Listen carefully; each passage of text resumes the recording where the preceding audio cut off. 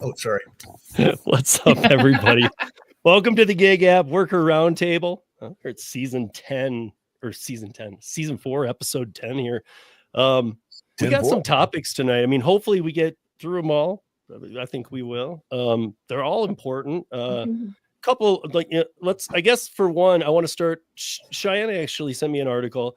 And here's why I find it interesting, because I forgot to even ask you. I don't even know if you've had another rideshare company be a competitor in Canada till now.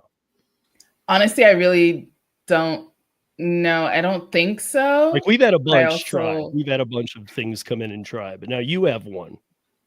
Yeah. I also haven't looked into them, so I don't know if there was one before this, but yeah, there's one in Toronto. We could talk about that after. Okay. Or we could talk about it real quick now. Oh, okay. I thought you wanted to say hi to the chat and stuff. I'm pulling up the article. Oh, well, we can start with, Michelle, are you there? Oh. Yes, I was looking up something. Oh, are you ready with that story? Because you have a story too. Yeah, let's talk about this, because this is weird, guys. This is strange. We hear about weird things all the time, but this is just another one. Just getting weird. Do you want to take us into that one? It's the town official shoots the DoorDash driver who was just simply lost. Right. Yes. And now what many people don't know by the headlines, he has only been in this country for a short period of time, and he was really lost. He only moved to that area about a month ago. And so he was caught on a windy road, and he was asking for help. Here's the deal. He did go to that official things. He was ultimately shot in the back. And, I think there needs to be, and you can look at what DoorDash said. They put out a really lame, feeble statement. And I have backed DoorDash all the way, no matter what they've done. I have somehow defended them, but I don't know, somehow driver getting shot and Tony sitting at a poker table in the same week just doesn't work for me. And there has to be a way that drivers can feel safer, that you just don't escalate to this. I don't know why the guy didn't use a Ring camera or just call the police. It makes all of us think that we're out there. Millions of us out there in the gig economy, 16% of us out in the gig economy, and that we're often out there in storms and darkness in the dead of night. And they think that, we're not just low income wage earners. Many of us, I'm a college professor. But even if you were, it wouldn't matter. No, it doesn't matter. Even if you were low, it does nothing to do with it. Yeah. It doesn't. And some people view you as the lowest. And there's plenty. And now that school's out, there will be plenty of teachers, and there's plenty of. I know. I have a lawyer friend that actually does DoorDash. He was secretly doing DoorDash, and it's just a great way to make extra money without the fear. This is a travesty, and I live in Missouri. It's happened in O'Fallon, Missouri. It's happened in Philadelphia. It's not something new where drivers are shamed and accosted, and this just escalated to unbelievable. Now, keep in mind that if you've ever had delivery, and just being the homeowner in this case, that you just can't shoot people that are on your yard, and just there has to be other ways. It just and I live in Missouri, right to bear arms, Second Amendment strong, but this has gone a little bit too far. What do you think, Steve? Well, I absolutely think he shouldn't have. I mean, Traveler said he did get it. Same thing you said. He was shot in the back. It's on a Ring cam. He was delivering food. Who shoots somebody in the back anyway? No, I mean, even if somebody came in and stole some of your stuff and started running, you don't shoot them in the back. Exactly. It was a incredibly escalated situation that never had to go that far. Yeah, and he was just lost. He was just lost. And when I first read it, I thought, lost. Well, that's not me, because I know my area, but that's not, that is not fair because many people, as you have done, they drive from town to town doing a little DoorDash here and doing a little door. That's what it's all about. That's what today's hello. Or they just started. Yes, and they know they their just town, started. but they don't know their town. Correct. And let's face it, one of the biggest things in my DoorDash group, and if you don't know me, I do have two of the biggest DoorDash groups, only held up by the wonderful moderators and group members that join me in making these groups successful. But we talk about apartments, and poor directions and not giving porch lights on and making things safe. As I go into multi-million-dollar neighborhoods, even this week, I want to say, it's really not fair. I'm a senior now. You're a senior over 50, and it doesn't matter. But you have your hose laying over your everywhere. Like I could trip on that I am. Who's fallen? I have way too many times. Oh yeah, we've talked about it when you're not here. I know. Oh, really? Like off camera, you guys. Like when Michelle and I talk on the phone, she's even told me things I haven't ever said on here. I mean, she's just fallen sometimes.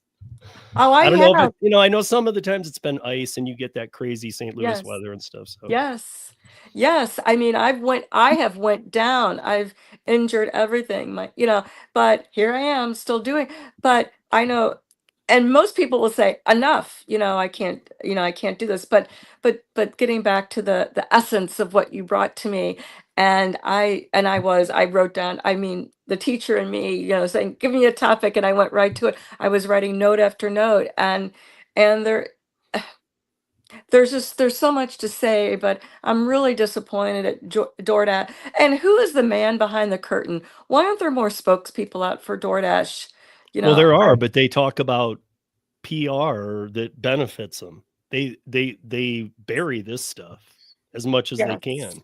Yes. Well, I have tried to talk to them about safety before. I've hit the button before one time when I was and nobody answered.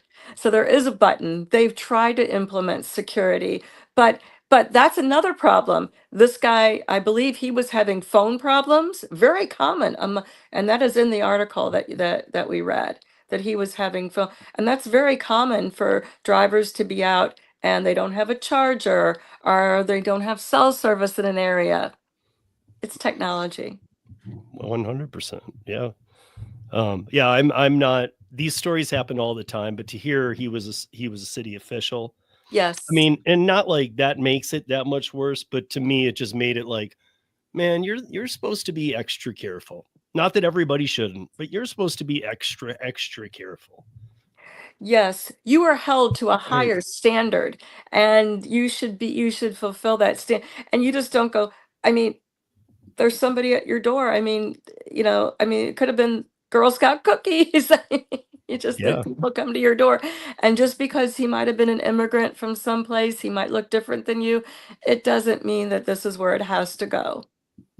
I mean, if you deliver to the wrong house in the wrong neighborhood and they didn't order DoorDash, they could be making meth in the basement and shoot you in the face just for walking up to their door. Yes.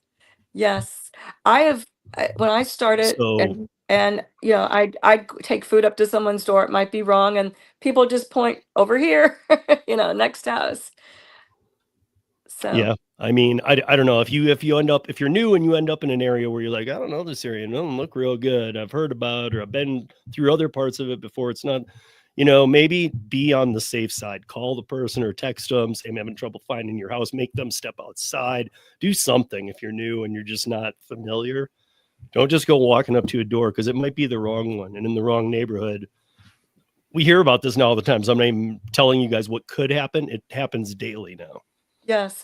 One thing that, sorry, go ahead. Oh, no. I was going to say, that's why in our groups, it might not be what's in other groups, but I do get out there as the admin and I do try to bring up safety issues and, and then just ask the whole group, what what issues are you having out there, or what the pet peeves are. I do that about every couple months just to see. And I'm just hoping that even if people don't speak up and talk, and they're just the people that just read, that they'll, that what, yeah, I gotcha.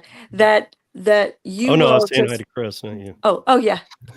They can see me And do that. that you Yeah. will just pick, just, hey, just take a tidbit and a piece of advice from someone that's been out there on a regular basis. I mean, that's what Kim's page is all about. I mean, her YouTube is all about giving you great advice. So, Oh yeah. And but especially if you're new, and that's kind of what I'm really worried about, is a newbie. And there's so Yeah. many of them right now. There's so many. Yeah. they are, That but a they don't. newbie's going to make a dumb move, and it's to the point of like, hey newbie, you got your bulletproof vest on, you got your bear mace, you got your taser, and they're like, I'm just going to deliver some food. And you're like, yeah, I know.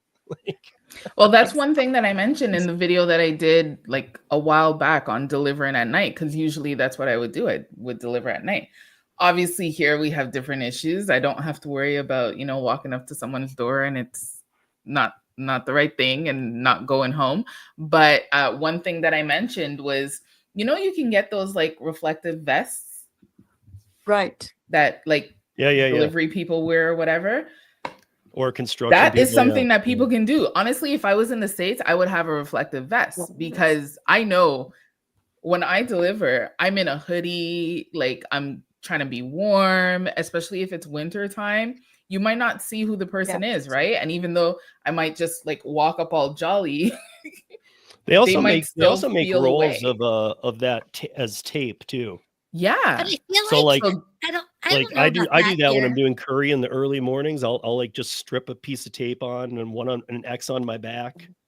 I don't know. Like I just feel like something that's, to it show could be, that I'm Target. not like a random person. no, but I don't know about that, because sometimes if you go to not really good neighborhoods, that can also put a target on you too. Like, who's this reflected person coming to my door? Like, I feel like it could sometimes have the opposite effect. Did you pay the parking tickets? They're here. Remember that happened to me that day where the flashlight was going on and off?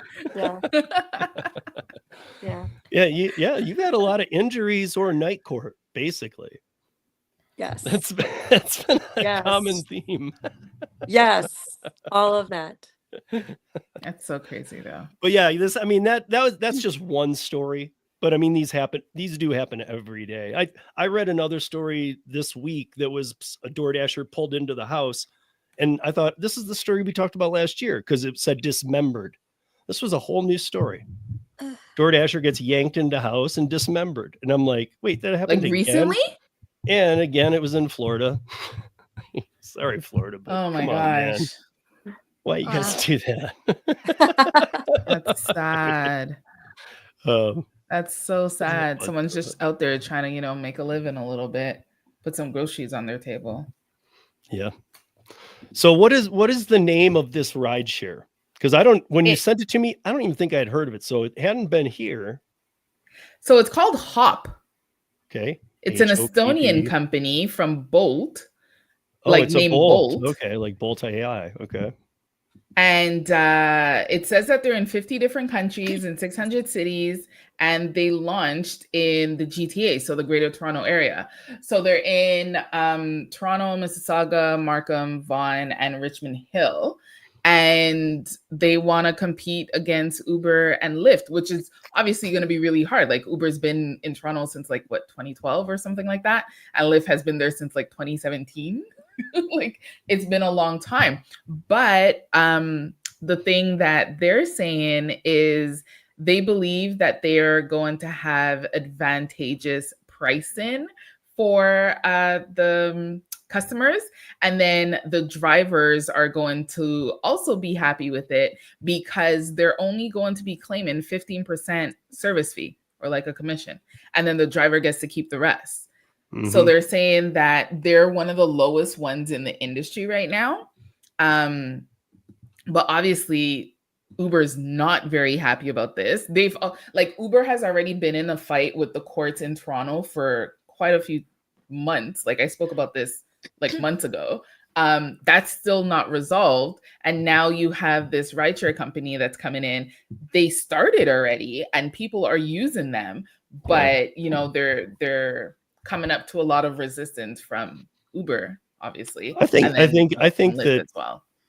I mean, and we're going to get into a little of it here, but I think that, and it's in DoorDash as well, but I think people are seeing the weakness, even though some of it that we're going to talk about almost seems like, well, that's more power for Uber and DoorDash. But I think people are seeing the weakness of Uber right now and DoorDash, and they're taking advantage of it, and they should. I'm glad other companies are making more companies. Some will fall, some won't maybe, but compete, man, because these companies have it at rock bottom, and they're still falling.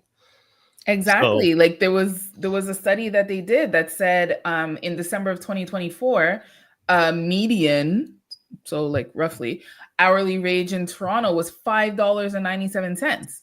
Like that's insane. Yeah. But a lot of people don't realize that because they're like, oh, okay, I'm doing this order. But in Toronto, to go from one end to the other, it could take you at least an hour to an hour and a half. So if you have one order that's paying you like $10, what are you making in an hour and a half?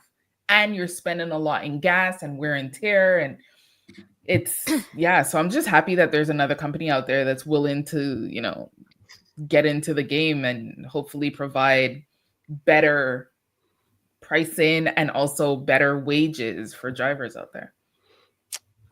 Yeah, absolutely. And I hope you guys have better luck with it than we did, because we've seen a lot of things and we're about to see something in Colorado. But I do want to say that there's really no way to get into this till next Tuesday, but everybody next Tuesday, I know we all have different days, but 3 p.m. Eastern, please join Kim Cavan, myself, and Mike Karubi. New Jersey versus independent contractors. I know Kim's going to be watching, and all of you guys should, because Kim Cavan has it all down. They fought this 4 years ago. She wrote an article on it. It's called Worse Than AB5. They're going after all independent contractors, including gig workers, and it's immediate. It's happening right now. Mike has the law part down. We're going to go through it all. But they want to take it all from you guys. They don't want New Jersey having anything to do with it. They want to take away all of your rights there. And we're going to get into it. The bill has moved along way too quickly. And Mike Karubi said, and he's written legislation for 2 decades. He said this would be the worst legislation for independent contractors in this country, and it would spread like wildfire. Wow. So don't miss it. Scary. I can't really, I mean, I know what I know, but why would I talk about it even a little tonight when I'm going to have the 2 people who know more than their own state lawmakers about this? Yeah. These 2 know everything. So we'll go through it also. Join us. But I did want to give you guys an update on this Uber thing here. And then I'm hoping Tom, I did 13 minutes on Waymo, and I wanted Tom to talk a little bit about Waymo because he had a potential solution happened in Texas. We'd have to see it play out, but because I did 13 this last week on Waymo and how it's illegal, straight up. What they're doing in Arizona is now fully illegal. They've never written a Waymo a ticket, not one, even though they did a study where they found all these incidents. They were at fault. No tickets written. So Tom had mentioned they're supposed to be done to the person who is controlling the car from remote. However, for whatever reason in Arizona, there's no driver in the car, so they can't write the ticket. That just doesn't tie together. I mean, it would make common sense to all of us, but there it's just that. So here in Colorado, I'm just going to break it down. So we have that bill. We have the transparency bills. They're separate. We have the bill now that says that every Uber and Lyft had to put a camera in.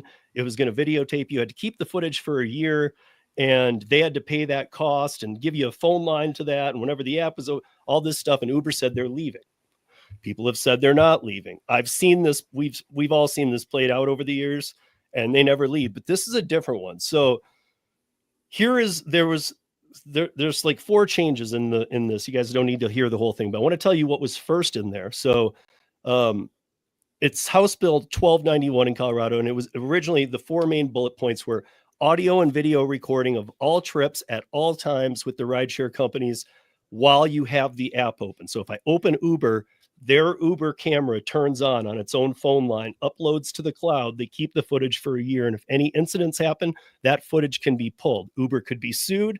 I could be sued by the parties. They saw this as too big of a conflict and said they'd leave. A ban on drivers offering or providing snacks or water to passengers. It's okay. You don't pay us enough. We don't do it anymore. Anyway, Uber, you know that. We did that before the pandemic, but now you don't pay us enough, so we don't offer anybody anything. But mandatory safety screening of drivers every 6 months, that should be happening anyway. And they didn't even say anything about it not being checker. So what, you're going to get an extra check a year? Whoop-de-doo. They don't work anyway. More stringent verification that the person behind the wheel is actually the person the account belongs to. These made Uber say they were leaving the state. And the reason was the liability, but also the fact that we have some union members here ready to pounce on the fact that if they put a camera in your car, you have to be free and clear to be an independent contractor. You have to be free and clear of the hiring entity. So therefore, they can't put a camera in there. So there's union people waiting to pounce on that and saying you're an employee the second they do that. And that's going to be another whole problem. So Governor Polis, who I never ever see eye to eye with, said he couldn't sign this bill. It needed some work. Well, here's what they changed, and it's kind of strange. So video and audio recording would be optional. However, so like me, the driver, I can say, I don't want to opt into that. But the passengers all will get a first-time thing when they open the app that says, do you want to be video recorded for your safety in case anything happens during this ride? And every passenger is going to say yes. So if you don't opt in as a driver, you won't get rides. Passengers could only bring a civil suit against a driver or rider in instances of sexual assault, kidnapping, personal injury, and death. That's it. All other issues need to go to arbitration like they do in every other state. So what they were fighting for, that this doesn't have to go to arbitration, they're like, well, only if they kill you or sexually assault you or, okay, first of all, this law is just getting muddier and muddier. And then a driver, I told Tom this is the first one when we were backstage, a driver would need to notify a rideshare company within 48 hours of a guilty plea for an offense that would disqualify them from driving. And the company would not be liable if the driver did not report the plea. So Tom's example was, well, the guy kills somebody. And we were laughing about how he'd had 47 hours more to kill somebody before he reports it to Uber to let them know he's a killer and he needs to be deactivated. This is literally how they've written it. Specifically, that food and water ban would be enforced through random compliance checks. This isn't the new writing. You're going to Uber police. Companies could remove driver, and this is the weird one, companies could remove driver ratings and reviews they believed were bias motivated. So you're giving Uber the green light to like literally screw around with ratings? I mean, I don't know. To me, Uber has seen this. Our Senate has shut down for the season. They had their final floor meeting. This came up and they passed it. It is now in the hands of Governor Polis. If he signs it, it's law and Uber's leaving. We will see. But I wanted to bring you guys up to date with that at least, because that's what's going on here. And then we had, I just want to roll through this while we're here, and then hopefully Tom can talk a little bit of Waymo, and then we're going to get into DoorDash here on the end, because DoorDash is another problem. But DoorDash and Uber both had their quarterly earnings. So Uber's as messy as can be. They always at the end of a quarter, they buy companies, they do things. They don't even have the money to do it. And when they buy these companies, they're doing it as agreements. I mean, what I'm about to say to you guys, Uber acquires Pony AI, a Chinese autonomous company, and it is now their 7th autonomous purchase. Guess how many they own? Do they still own 7? They own 1. They own Pony. Every other one they've bought, they've sold. They do this to screw around with their balance sheets. All the reason they do it. Uber CEO said this week that he was removing perks of employees, W-2 employees for Uber, and literally put out a statement that if they don't like it, they can leave. That's his public statement. That's Derek Khosrowshahi's public statement. If you don't like it, leave. And that's to their employees. Their Q1 report was crap. They're still suing DoorDash. DoorDash and Uber both came in under. They're trying to bloat it, but I mean, like, even on Tuesday after the earnings report came out, DoorDash lost another 8% when it closed that day. It's just tanking. But so there's Uber is suing DoorDash. Uber One is being sued for illegally charging people for the service, the monthly service that they didn't want, whether they opted in or not. Everybody got charged for a while, or a lot of people. There is still a RICO case, which has much advanced on Uber and now includes DoorDash. This is going on. I watched a good interviewer talk to Dara for 10 minutes about this stuff, and he even brought up the RICO case, which was acknowledged. He said, yes, we have a problem we are facing down there. It's bigger than a problem, guy. It's a RICO case. And so rides are down, food's down, revenue's down. And customer charges are at their all-time high. Driver pays at its all-time low. Mm-hmm. And that's Uber's quarterly report. They are doing crappy. So, Tom, you saw the 13 on Waymo. You saw what I was talking about, this craziness in Arizona. What happened? Because I see that they're going to be launching a lot or trying to in Texas.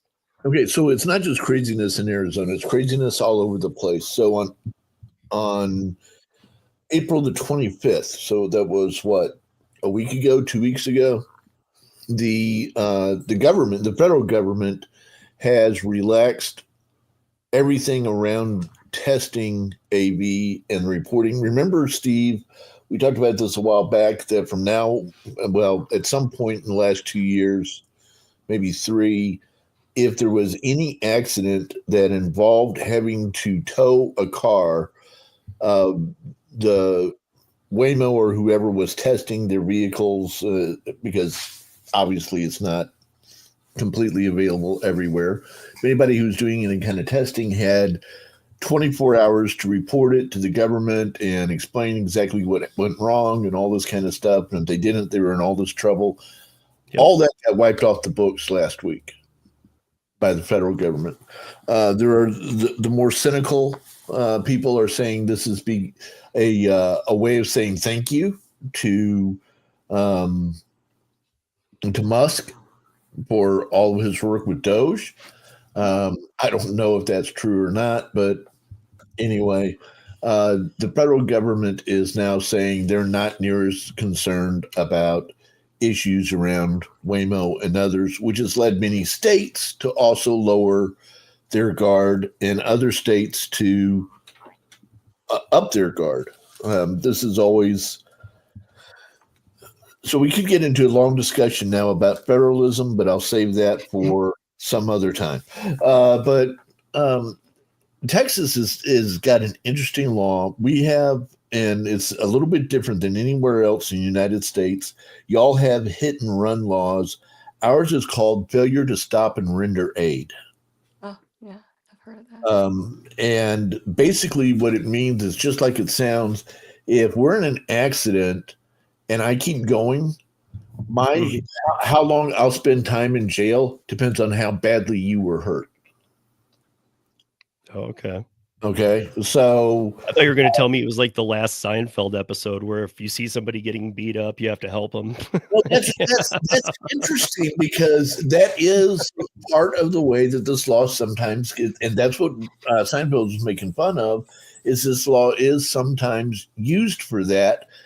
So there are attorneys now who that's their entire practice. Like some lawyers only help people with DWI. There are now lawyers in Texas that only work with FSRA. That's what we call the failure stop to render FSRA in Texas. So now they've written an entire FSRA section for autonomous vehicles. Yeah, so that's interesting. How exactly is that going to work? We don't know yet. We haven't actually seen it happen, because at this point, and Steve, I think your points you made in your 13 minutes, and you all haven't watched. If you haven't watched Steve's 13 minutes news, you need to go watch that. Because he does a really good job of describing how Many of the accidents that have happened, all of the information about the accidents are redacted. Mm-hmm. That's in the state. I mean, it's insane. It's insane. In Texas, Waymo is just gotten started, but it was just announced Aurora has actually been working for the last couple of weeks, and Aurora is the truck company, and they're going to. I live. Well, let me back up one step. There is only one interstate in the United States that is not an interstate. That is, it doesn't go into another city that isn't a spur or loop. And that's I-45 that runs between essentially my house and Dallas. I live at exit 21. Exit 1 is Galveston, and then it runs all the way up into Dallas. Starting now, next week, sometime very, very soon, Aurora will be running trucks on I-45 between Dallas and Houston. Apparently, they've already been doing it between Dallas and El Paso. But what bothers me is when we look at some of this stuff, Steve, is they say things that don't make sense. That you go, they just don't pass the smell test. So they say Aurora has done 1,200 miles. Yeah. Okay, all the way across the state of Texas from one side to the other is 871 miles. So if Aurora is running between Dallas and El Paso, that's probably 400 miles. So in other words, you've been back and forth 3 times and you're going to declare success? Yeah. I mean, 1,200 miles, I mean, that might sound like a lot in Missouri or New Jersey. That ain't nothing in Texas. Yeah, no, I mean, it doesn't matter. Even if it was another state, it wouldn't sound like much. Yeah, I mean, it's just not that much. And yet they're jumping up and down as like they have, cured cancer and solved world hunger because they did 1,200 miles without wrecking the truck. Mm-hmm. And so we'll see about that. Waymo has published they have put in a paper that will be published in the next issue of Traffic Injuries magazine, which I had no idea that such a magazine existed, but it's been peer reviewed and claims that they are safer than human drivers and all this kind of stuff. But let me remind everybody, it wasn't that long ago. And Steve, you remember when we reported, you and I, on the fake truck. Yep. Yep. And the CEO went to jail. They put together this whole thing about this truck that could drive itself. And it was at the truck show and everybody got in and looked at it and all. And it turned out that literally the whole thing was fake. You pulled the dashboard apart. It was just lights and nothing attached. Yeah, wasn't there like an engine that was actually in the semi part of the truck or something? No, there was no engine at all. It was like remote, basically everything short of just a guy with a remote control. Well, what it ended up being, Steve, was they put it on a hill and turned the camera sideways so that it didn't look like it was on a hill. It looked like it was going straight or maybe even uphill a little bit. Mm-hmm. But the truth it was on a hill and they let it roll down the hill and then filmed that and put that out to everybody and said, see, we can drive. We can drive. I remember, I think it was one of our stories that week. And I think we spent the whole episode just laughing at that story. There were so many things to rip it on. And the CEO went to jail and all that kind of stuff. And that was not 10 years ago. That was like 2 years ago. Yeah. So, Aurora says that their CEO, he wrote his own press release. Do you guys understand that people do that? Because I used to do this for a living. Yes. Okay. You write your own press release. Okay. Mm-hmm. Then you put it out and so when I put them out, I have said TNC Radio announces a brand new sponsor. Mm-hmm. and I write it myself, and then people pick it. If you write it well enough, it gets picked up word for word as actual news, and that's what Aurora did. And Aurora's CEO,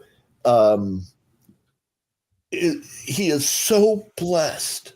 He is so blessed that he got to ride in the back of the inaugural trip between Dallas and El Paso for the Aurora new drive. And I mean, you read this thing and it brings a tear to your eye. It's all bullshit. Yeah. I'm sorry, but the whole thing is just, the guy says what he wants to say. Yeah. I mean, it's to those of you that didn't, probably everybody who didn't hear that conversation, how many of you would think that a third party would come on to that scene and like go, yep, they got all the autonomous equipment here in place before it ever even did anything? I mean, just you're a multi-million-dollar investor and you're just out there going, wow, but you don't need to see anything. Or have a team look at it and go, is there anything in there, or did they just roll it down a hill? Yeah, I don't know. If I was a multimillionaire investing in these type projects, I would have my own team there as just me, the investor, saying, "Can you go over there and see if there's an engine in it?" I mean, think how much more. Okay, so this is riding in the backseat of our inaugural trip was an honor of a lifetime. The Aurora driver performed perfectly, and it's a moment I'll never forget.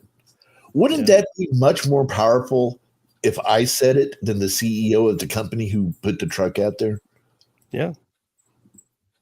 I mean, same thing as newspapers. We can't report badly on DoorDash. They're a sponsor of ours.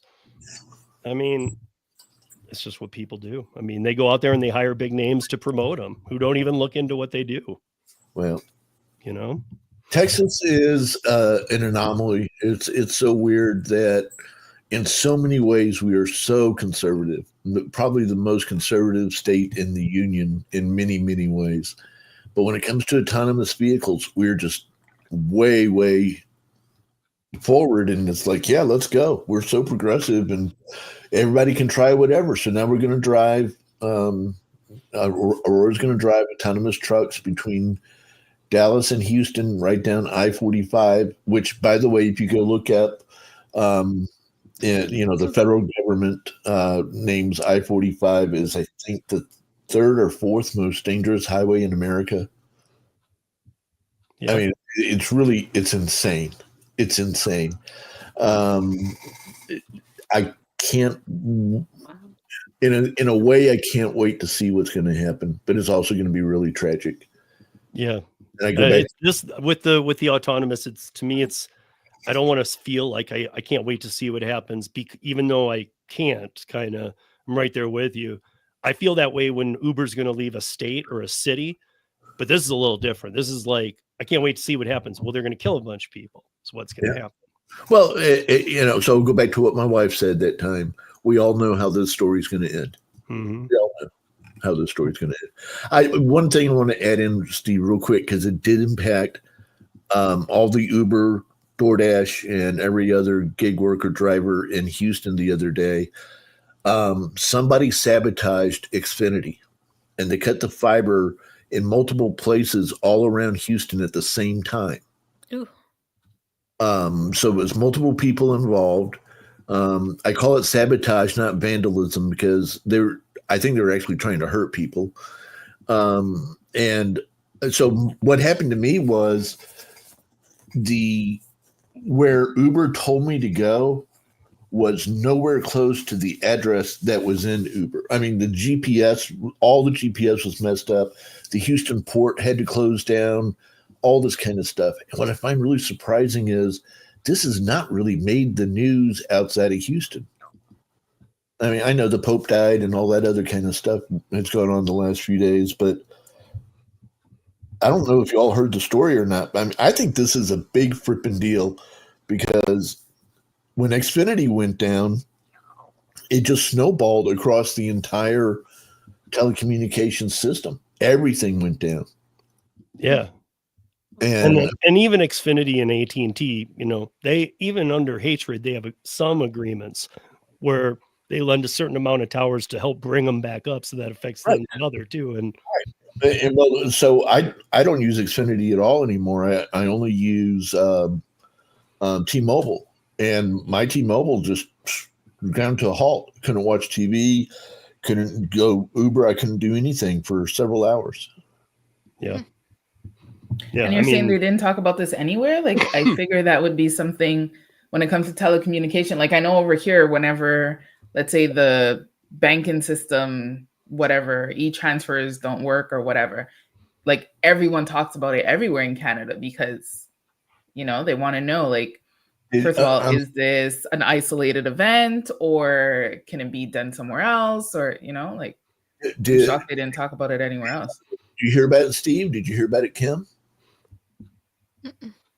See, I just find this shocking is that people were able to completely knock down Uber, DoorDash, and everything else in Houston and shut down the Houston port, you know, the third or fourth busiest port in America, and it didn't get reported. That to me stinks. Something doesn't smell right in that. Yeah, that's weird. Yeah. Everything around, you know, that's how I feel about autonomous, period. Everything around autonomous is sketchy. But it's not only autonomous. Like, this is telecommunication. Like, this is serious. Yeah. I'm taking it. I mean, don't even get us started on a blackout or a rolling blackout. At least, one thing, Tom's on his own grid, oddly. The rest of the country's on 2 grids. Yeah.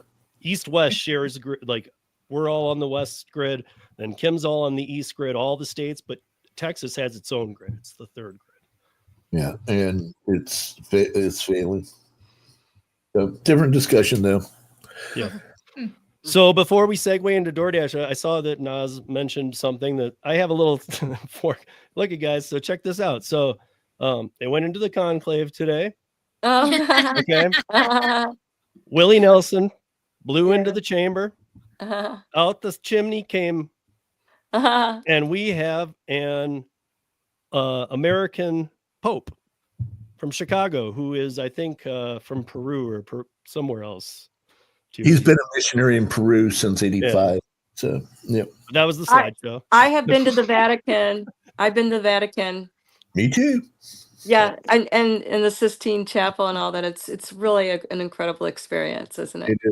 It is. You know, for all the, you know, if you obviously that's a once in a lifetime trip, and if you go there, I saw the people who went there for this. They don't get to see the Sistine Chapel, even after this is done. Yeah, like, it's closed for like a week because. Yes. So it's weird. It's like if I went there, I'd want to see that. I wouldn't want to go during this. That's like the culmination of everything. But then, what do you think's in the Sistine Chapel? Just out of curiosity. I don't know. I would want to go in and see. I'd want to sneak off the tour and like go through the tunnels and stuff and find weird stuff. Well, the tunnels are scary if you're claustrophobic like me, because you know they're narrow and they don't move, and you know I'm small, you know, and let's get some headlamps and some flares, taser, bear mace. I'm good. Yeah, it's I actually paid $10 to go through a tunnel tour, and I got like one step in. It was like going into a fun house when you're a kid, and I said, I need my money back. I can't do it. I was totally claustrophobic, but you're not supposed to take pictures in the Sistine Chapel, of course, because you know photography can hurt, you know, Michelangelo's drawings and all that. So yeah, but everybody does. Yeah. Everybody. I did back before we even had cell phone cameras. So I mean, I remember they had a thing about. I mean, nowadays with phones, what are you gonna do? Come on, it's impossible. Can't stop anybody. Yeah, but I mean, I remember when they used to have a thing at what's the one in Paris, the famous one? Painting. Oh, the lady. Mona Lisa? Mona Lisa. In the Louvre. Mona Lisa's behind like 72,000 layers of glass, and there's still like no photography. Yes. Like, what the? Yeah. Well, I actually was in St. Petersburg, Russia, with the painting that those people threw acid on. And yeah. You don't want to. Hey, people are morons. Yeah, you don't want to do anything, and you don't want to do anything in Russia because because Siberia is a real thing. They will haul you off. No, I would even, you better be paid a lot of money or have some really experienced handlers in Russia if you ever do go there. Don't just go there. Oh, well, let me just tell you, there's only, You well, idiot. I was in Russia in 2016, 17, and I'm not even sure if Americans can get in right now. I don't know. Maybe not. But if you are a tourist, there's only 6 touring companies that are licensed, and you have to remain with them. You cannot be alone. Wow. Yeah, you can't, an American or anybody, you can't just wander around Russia by yourself. You have to be with somebody. Understandably. Yeah. So Yeah. here we go into DoorDash, you guys. Kim did a video on it today. Yeah. And she slashed them good. And I want you to do it again, because again, here we go, guys. There's even more to this, but okay, let's talk about the acquisitions for one, because their earnings report is also out. They did horrible as well. F- across the board on earnings. And the day the earnings report came out was the day they announced these 2 acquisitions. And that day they wanted to announce it Tuesday, the same day as the earnings, before Wednesday trading. And it still went down another 8% after they announced it. But again, Kim will tell you the amounts or around the amounts anyway, and they don't have that money. So again, when they buy these companies, you guys need to realize they're just making an agreement. It could be broke tomorrow and they pay a prorated rate of $1. So these acquisitions are weird. Like I always said with Yellow Cab and the cabbies and Uber, okay, they're just going to work with you until they've robbed your data, which is what they did. And every time they did that, they just took all the city data the cab company had, said they'd help them out, and then they left them. So there's never a gain to going in with these companies. If I was a big company like Deliveroo, who you'll mention, I would have demanded a cash sale, because a year prior, Uber, they were going to do a deal for $1 billion less than what DoorDash paid. And Uber said they had already maxed out the market, that they wouldn't be growing any further, and that they couldn't even afford that $1 billion less. Now in comes DoorDash, and what do you got, Kim? Well, those of you if you don't know what's happening, so a couple weeks ago, they tried to acquire, or they're trying to acquire, they're in the process of acquiring Deliveroo for $3.9 billion. So then yesterday, I think it was yesterday, they announced that they wanted to buy I forgot the name of the company that quickly. Seven rooms. 7 rooms. It is like a restaurant booking. It says it's a hospitality tech firm. It's a customer face type of thing. So it more benefits the restaurant for $1.2 billion.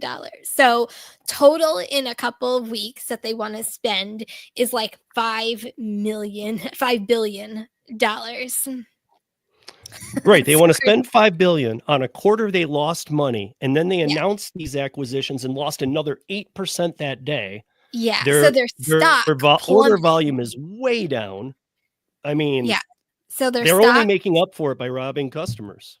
Yeah, their stocks plummeted. They announced also a loss in their earnings. So my thinking, and this is just my opinion, is my title was, is this the beginning of the end of DoorDash? And kind of hear me out I know I'm going a little far-fetched, but hear me out. So DoorDash has recently acquired. So by getting Deliveroo, they're now going to be in 40 countries. And Deliveroo just isn't UK, right? It's France, it's Italy, it's there's like probably 10 other countries that they listed. A bunch of weird stuff, yeah. Kuwait.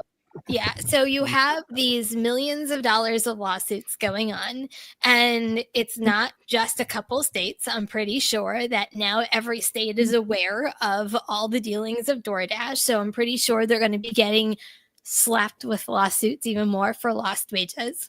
On top of that, we've talked about this before, they are under investigation of their own. So one day, if they decide to say, hey, I can't operate in the United States, and not only that, but a lot of states are going through legislation where there could be, like my state, there could be a minimum wage that they have to pay drivers. They can't afford to pay millions of drivers an hourly wage. So do they say, bye-bye to the United States? It's not worth it because I now have my business in other countries. So what does it matter if I lose the United States? So I'm not saying, or at least a la carte states. Yeah, okay, I'm we're done with you. saying it's tomorrow. I'm just saying it could be their backup plan in case something goes wiry here and with their business dealings that they have.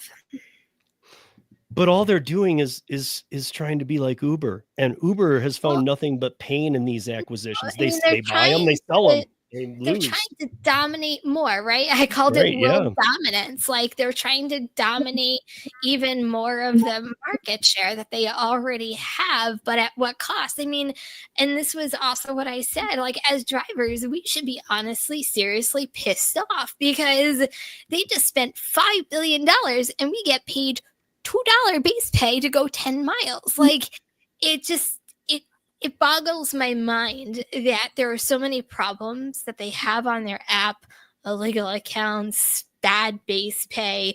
Do they really care about their drivers? And then they spend $5 billion. Yeah. And they lost money. Then they lost more money. Investors are pissed. And it did not help that. And I was laughing with Tom earlier today. It did not help that after years of lying, and we've talked to you guys about this, the autonomous lie, it's next year, 2022, flying cars, 2023, autonomous vehicles, 2024, 2025. Derek Khosrowshahi came out a couple weeks back and said that 80% of the food delivery will be done by those neuro or whatever robots. There's a couple different kinds, but those little cooler on wheels, 80% of deliveries will be done by them in 2040. Now, for years, he said the next year is autonomous cars. Well, that would put autonomous cars about 2080, which we've always known. But I mean, they're saying 15 years more before we even get to 80% autonomous on delivery robots. And this is where it all ties together because Uber there's been a lot of Uber investors pushing for this hard. In fact, it got over 6% of their investors, which is a lot, demanding something. They're demanding more information on how much drivers are paid because all they see are like your P&L statements. They see at the end, like here's what we made, here's gross revenues, here's what here's what we paid drivers. Now they want to know, well, how many drivers in each city? Are they making enough to make a living wage since autonomous is not real? Now the investors are onto it and they want to know and they want more breakdown because they know if the drivers can't make a living wage, we can't make money with this company. Well, my thing with this also is, did they know or were they thinking about Deliveroo even a year and a half ago, right? These things just don't happen overnight. We hear it in the media, but these things take planning, right? It first starts as an idea and then it gets into, the thought process and execution. Like it takes a long time for a lot of these deals to happen, right? So think about a year and a half ago, where were we, right? Every one of us lost 75 cents off of our base pay, some less, some more. So take that from every single driver on every single order. And imagine that you now spend $5 billion at the expense of drivers taking a pay cut. $5 billion that you don't have. $5 billion on credit. This is all on credit. This company doesn't even. No. I mean, I'm not just picking on them either. It's all of them, you guys. It's ridiculous. They are cloud-based switch services that think they have asset values. They have no asset values. We're the asset values. Yeah, I think it's one of the greatest. Okay. No, I'm just gonna say we're the people that make their company run, but yet they're not investing in the people that without them they wouldn't be able to exist as a company. I think that's my biggest issue I have with all of this is invest in what's making your company run, and that's the people, and not acquiring other companies and spending $5 billion. Yeah. I mean, I think they're also just hitting a reality of, oh crap, we're never ever going to see delivery orders ever where they were 2 years ago. Oh no. I know, but they've known it. They've got the metrics. But now they're like, we'll raise the customer price, take away from the driver. But now even that's got skimmed so thin they can't do it anymore. And it's still losing them money now. Now it's seen, and now people get it. And for anybody thinking, well, no, I'm just waiting for it to come back around. It's never coming back around. No. Rideshare will get back to a point and it'll steady up, but delivery will never come back around. It'll do what it does and it'll be around, but I expect some worse changes to come than already have. And we all know that as they get in trouble in other states, they're going to take it out on every state. So, when we do this thing next Tuesday, 3 p.m. Eastern, when we do this, you guys realize that's not just Kim State. Kim State's being used as a model for a lot of states right now. What happens there? Okay, guys. So 52 weeks in a year. I had to write this all down. 3 years is 156 weeks. Plus the last 10 weeks that we called season 4, 10 episodes, equals 166 weeks. Of those weeks, we have done 158 roundtables. So out of all the weeks, we've missed, what is it, 6? Or no, 8. So we've missed 8. But those all were holiday bonus episodes and things. So literally, if I wasn't here... What's that? You got one extra because you've got leap year too. Okay. If that helped, I don't know. It gave you an extra day actually. Yeah. But so, yeah, I mean, that's just on weeks. So meaning in my book, and I know in Kim's, we never missed a Thursday. Never missed a Thursday. And because even we would plan it. It wasn't just like, oh, we can't show up, we'll put this up. It would be a holiday thing. And it'd be like, we're going to do this for the holiday. We always had this planned out. So tonight is episode 10 of season 4. And we're going to take a little bit of a pause until September. Be back. And here's why. I initially said to Kim, and then I told these guys as well, that until Max goes to college, I really need to have nights off to have with him whenever he's available, because he has his own thing and I want as much time with my son until then. I'm going to be doing some day stuff. As I always do, I got the podcast, but I'm going to be doing some other shows in the middle of my day. So I'll work, and then I'm going to do like a couple podcasts through the week, like Beyond the Algorithm. Hannibal started it with me last week. And I got Last Mile and one other project, and then the Monday podcast. But those will be like in the day. Evenings, maybe a sporadic something, but lives in the evenings. I'm just going to, through the summer, I'm going to spend it with my son. I've been raising him alone for years. I'm not only a co-parent, I am a single dad. And I'm going to really miss this guy. Like, I'm going to get into tears about missing all you guys too for a few months, but I'm going to get into tears about missing him and all this stuff. So, but Thursdays have become a part of my weekly routine, just as they have for Kim and all the people that have helped us. I want to thank all of the chat and everybody who's helped us and been involved the whole way, participated, got into the chat, talked to us, brought up topics where we even jumped tracks and talked about what you were talking about, and making all this possible. So to all the guest panelists we have had, and to all the regulars, Cheyenne, Tom, Michelle, Gary, Hannibal, John, and of course, the one and only Kim, or as I call her, Kim. So... But I wanted you to know we love you all. It's nothing weird. It's a pause. I'm going to be spending some evenings with my son whenever possible. I know that Kim is probably going to use this time for some family as well too. It's hard though. We've been doing this for over 3 years straight. And you guys are like family too. I mean, like, people aren't here every week necessarily, but some of you are. And it's just that time. I need to do this for my son. And I think it's a healthy break too. But again, I'm going to be putting out tons of content. In fact, like what you saw last week for me, and Kim's still going to be putting out her content. And Kim and I might have some other things going on too. So just stay tuned.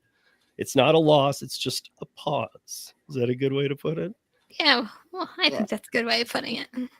And then if Kim has any words too, because Kim's been, I mean, Hannibal and John and Gary were here forever. Then these three have been here for a while now too. So, but Kim's been here almost since day one with me. So I'm sure she has a few words. Well, she probably doesn't, but.